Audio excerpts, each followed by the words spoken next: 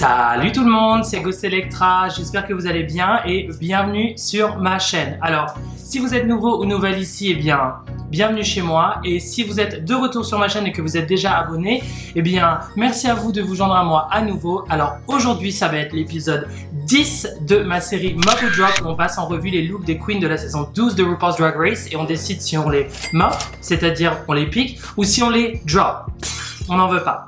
Ok, alors épisode 10 et c'est le Makeover Challenge, c'est un de mes challenges préférés avec Snatch Game bien évidemment et je trouve ça toujours très intéressant de voir à quel point une queen qui a un très bon œil pour la mode et pour le maquillage, mais voir comment elle va le traduire sur quelqu'un d'autre, c'est quand même très compliqué de maquiller quelqu'un d'autre, je l'ai déjà fait à plusieurs reprises. La première fois c'était pas trop ça et après on s'y fait, on apprend, mais c'est pas évident donc j'ai hâte de voir ce qu'elles ont réservé pour nous. Avant de commencer et comme d'habitude si vous ne le faites pas déjà, je vous invite à me suivre sur Instagram juste ici à Ghost Electra. Toutes les semaines, je poste dans ma story les photos des looks des queens de l'épisode précédent et je demande à mes followers s'ils pensent que c'est un mop ou un drop et de me donner leurs commentaires. Et bien évidemment, je les prends en compte dans mes jugements. Donc si vous souhaitez participer, n'hésitez pas à me suivre sur Instagram et à répondre à mes stories. Ok alors, épisode 10, Makeover Challenge, c'est parti.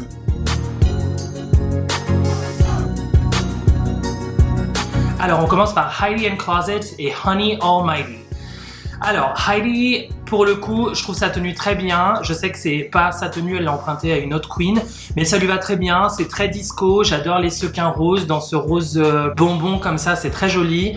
La perruque, encore une fois, j'aurais mis peut-être un peu plus de volume parce que c'est disco, donc disco ça veut dire grandiose volume. Mais au-delà de ça, voilà, je trouve que ça lui va très bien, les chaussures sont mignonnes, la tenue est mignonne, donc voilà. Alors par contre, ce que je comprends pas, c'est qu'est-ce qui s'est passé avec Honey Almighty. Parce qu'en fait, on dirait qu'elle lui a mis un pyjama, et je dis pas ça méchamment, mais véritablement, on dirait une nuisette de grande taille.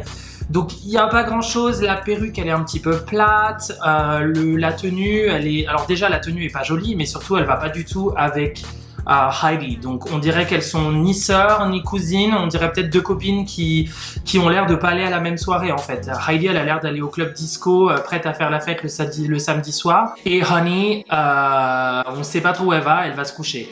Donc je trouve ça un petit peu dommage. Au niveau du maquillage de Honey, je suis quand même assez surprise parce que je trouve que Heidi s'en est pas trop mal sortie pour quelqu'un qui ne sait pas parfaitement se maquiller elle-même. Je trouve qu'elle s'en est bien sortie pour maquiller quelqu'un d'autre, c'est vraiment pas évident. Mais au-delà de ça, les perruques, je les trouve un petit peu plates, ça manque de volume. Et même si Heidi, sa tenue me plaît, sa drag sister, drag daughter, ça me plaît pas trop. Donc pour moi, c'est un drop. Ensuite, on a Jackie Cox et Little Snacky Cox. Alors, les tenues, j'aime bien. Déjà, le maquillage de Little Snacky, je trouve que c'est très bien fait. Je trouve que Jackie, elle s'en est vraiment bien sortie parce qu'encore une fois, c'est pas évident. La perruque est super belle. On comprend tout de suite qu'elles sont de la même famille. Et du coup, les tenues sont vraiment pas mal. Les tenues, j'apprécie. Voilà, il y a du sequin, c'est rouge et noir. Elles vont l'une avec l'autre, mais elles ont deux silhouettes différentes. Jackie, elle a un jumpsuit. Little Snacky, elle a un jumpsuit short sans manches. Je trouve que du coup ça lui va vachement bien parce que le fait que ce soit pas un pantalon et qu'elle ait pas de manches, ça la rajeunit. Donc on dirait vraiment que c'est la petite sœur en fait. Elle fait plus légère, elle fait plus fun. Et Jackie à la rigueur fait peut-être un peu plus la grande sœur. Donc je trouve que c'est très bien. Maintenant, est-ce que au niveau des looks et des tenues, je suis absolument transcendée? Pas vraiment. Ça reste quand même quelque chose de très simple et je sais que c'est ce qu'ont dit aussi les juges pendant les critiques. C'est très bien, c'est-à-dire qu'on a vu bien pire dans les saisons de Drag Race, je pense qu'on s'en souvient très bien, mais je trouve pas ça absolument transcendant. C'est joli, voilà, c'est joli. Si je la croisais dans le club, voilà, je lui dirais écoute, t'es belle. Maintenant, je suis pas absolument transcendée, donc bien évidemment, ça va pas être un drop, ce sera un mop pour Jackie Cox, mais il peut mieux faire. Ensuite, on a Jaida Essence Hall et Jazz Essence Hall. Alors, bon bah voilà, encore une fois, je pense que là, Jaida, elle sait appliquer ses techniques et ses capacités en drague qui sont sans limite à ce challenge.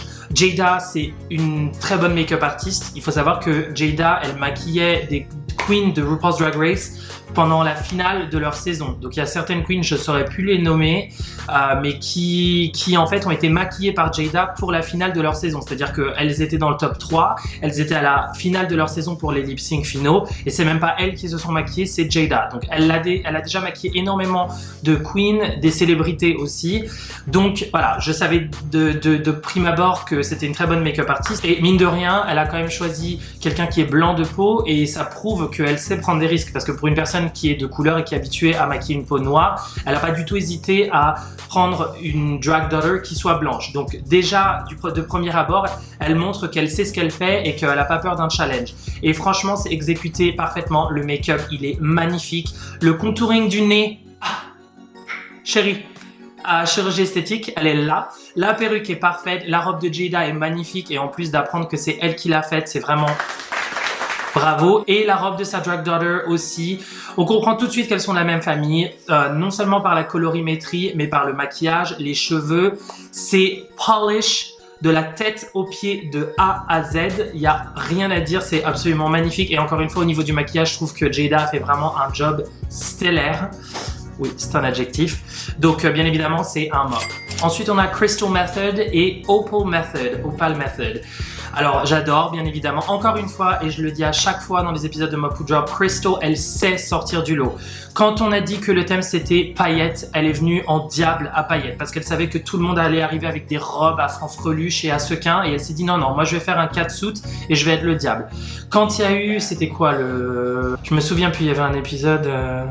Et là, encore une fois, elle s'est dit je vais vraiment sortir du lot et je vais montrer quel type de drague je fais moi, mais carrément aller au-delà et vraiment créer ce personnage et créer le personnage pour alors sa drag daughter qui est a priori sa drag wife dans cette histoire si j'ai bien compris. Le make-up est super, les tenues sont super fun, c'est pas du tout glamour mais c'est pas le but, c'est censé être fun, c'est censé être divertissant, c'est censé être différent et honnêtement je trouve que pour moi ça répond parfaitement au challenge. Les deux ont l'air d'être super contents, ça se voit qu'elle s'est absolument amusée sur ce challenge et c'est quelque chose qui se retranscrit tout de suite sur scène. Elles vont très bien ensemble, donc voilà, pour moi je pense que ça répond parfaitement au challenge et justement au contraire des autres, ce que j'apprécie c'est qu'elle est vraiment poussé la chose au-delà du challenge et elle a vraiment voulu s'amuser parce que le truc c'est que c'est facile de faire un makeover challenge et de faire son make-up exact sur soi-même, mais c'est d'autant plus intéressant pour nous en tant que téléspectateurs de voir ce genre de choses. Donc bien évidemment, c'est un mop. Ensuite, on a Gigi Good et Bibi Bad. J'adore les tenues, bien évidemment. Encore une fois, je ne suis absolument pas déçue de Gigi. C'est très mode, et par mode, j'entends pas la mode fashion, mais mode, le courant de mode. C'est très chic. Donc bien évidemment j'adore. Alors après, cette perruque je suis pas très fan et je l'ai dit auparavant, elle a fait une perruque un peu similaire comme ça qui rebique dans un de ses looks, je me souviens plus lequel et j'étais pas très fan. Alors maintenant ça va avec la tenue donc je lui en veux pas, c'est quelque chose qu'elle apprécie et chacun ses goûts. Mais personnellement moi je suis pas très fan. Et alors la seule chose que je pourrais reprocher à Gigi sur ce challenge, c'est que je trouve que c'est un petit peu facile puisque du coup elle a pris exactement la même tenue et elle l'a fait dans deux couleurs différentes. Et c'est un petit peu décevant. Je préfère quelque chose comme Jada qui du coup a fait deux robes qui peut-être ont une construction similaire mais l'une va avoir des manches et être courte et l'autre va ne pas avoir de manches et être plus longue. On comprend que c'est la même silhouette, on comprend que c'est la même famille, il y a une ressemblance mais du coup elles ont un look vraiment différent. Or là c'est exactement la même tenue mais l'une est noire et l'une est blanche. Donc c'est pas super excitant, ça aurait été d'autant plus excitant d'en avoir une avec une robe comme ça et puis une autre peut-être avec un boléro et un short ou un pantalon, j'en sais rien. En soi, la tenue est super belle, c'est quelque chose que je porterais, c'est quelque chose que je trouve visuellement beau et à nouveau Gigi nous prouve qu'elle connaît ses références en matière de mode. Maintenant, j'aurais voulu un tout petit peu plus au niveau des silhouettes et des couleurs et être un petit peu plus surpris, c'est tout. Voilà, je trouve pas ça transcendant et j'ai un peu l'impression que c'est quelque chose qu'on a déjà vu aussi auparavant. Donc, bien évidemment, je vais pas la dropper pour ça, c'est un mop. Mais j'aurais attendu un peu plus, ça aurait été plus intéressant de voir si c'était sa petite sœur, d'avoir une tenue qui soit peut-être un peu plus jeune, un peu plus fun, ou si c'était sa mère, qu'elle ait une tenue au contraire un peu plus vieille. Là, c'est vraiment copier-coller la même chose des deux couleurs et c'est dommage. Et voilà les enfants, c'est fini pour aujourd'hui. Déjà, je le dis toutes les semaines, mais ça passe de plus en plus vite. Je crois qu'on n'avait que 4 queens à juger cette semaine, donc ça va très très vite. En tout cas, je suis absolument surprise de la qualité des makeovers, puisqu'on a vu vraiment des horreurs dans le passé. Et là, j'ai trouvé que tout le monde avait fait un bon travail, même Heidi Closet. Donc je suis vraiment surprise, non seulement au niveau du maquillage, mais aussi au niveau des tenues. Pour moi, il n'y a eu presque aucun sans faute et c'est vachement surprenant, donc c'était super agréable à regarder. Maintenant, en ce qui concerne mon top mop de la semaine, ce sera Jada Essence Hall. Même si j'ai adoré la tenue de Gigi, je trouve que ça manquait un petit peu de différence et Jada, elle a vraiment su transformer sa super fan. Le make-up était absolument magnifique, les tenues étaient super, elles étaient toutes les deux différentes mais assez similaires pour qu'on comprenne qu'elles viennent de la même famille, donc pour moi ça a vraiment touché le but du challenge, donc c'est mon top mob de la semaine. N'hésitez pas à me dire qui est votre top mob de la semaine. Je pense qu'on va avoir des avis divergents cette semaine à nouveau. Je pense qu'il y a énormément de gens qui ont aimé Gigi Gold, donc n'hésitez pas à me dire qui est votre top mob dans les commentaires ci-dessous. Et voilà, c'est tout pour aujourd'hui. J'espère que vous avez aimé cette vidéo. Si vous avez aimé, n'hésitez pas à me laisser un petit pouce bleu. Si vous voulez voir plus de contenu de ma part, je vous invite à vous abonner à ma chaîne juste ici. Je poste des vidéos tous les mercredis et tous les dimanches et je poste du contenu drague et maquillage, mais aussi voyage et lifestyle. Alors rejoignez la petite famille et venez kiki avec moi. En tout cas, merci à vous tous et toutes de vous être joints à moi à nouveau. Et puis, je vous dis au prochain épisode. Bye!